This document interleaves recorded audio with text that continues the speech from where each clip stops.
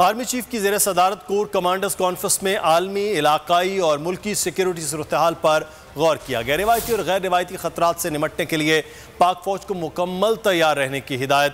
General Qamar Javed Bajwa نے کہا کہ پاکستان خطے میں دیر پامن کے لیے کوشاں ہے۔ کور کمانڈرز کانفرنس میں سیکیورٹی صورتحال پر غور۔ آرمی چیف کا مؤثر بارڈر مینجمنٹ نظام پر اظہار اطمینان۔ DGI/SPR کے مطابق کور کمانڈرز کانفرنس میں عالمی، علاقائی اور ملک کے سیکیورٹی ماحول کا جامع جائزہ لیا گیا۔ شرکاء کو پاک افغان بارڈر کی سیکیورٹی اور خطرات سے محفوظ رکھنے کے مؤثر اقدامات پر بریفنگ دی گئی۔ کور کمانڈرز کو افغانستان کی موجودہ صورتحال سے آگاہ کیا گیا۔ آرمی چیف نے اظہار خیال کرتے ہوئے کہا کہ بارڈر مینجمنٹ سے نقل و حرکت اور سیکیورٹی صورتحال کنٹرول میں ہے۔ شرکاء نے کشمیر کی آزادی کے لیے سید علی گیلانی کی جدوجہد اور قربانیوں پر خراج تحسین کیا اور کہا کہ پاک فوج کشمیری عوام کے ساتھ ہے۔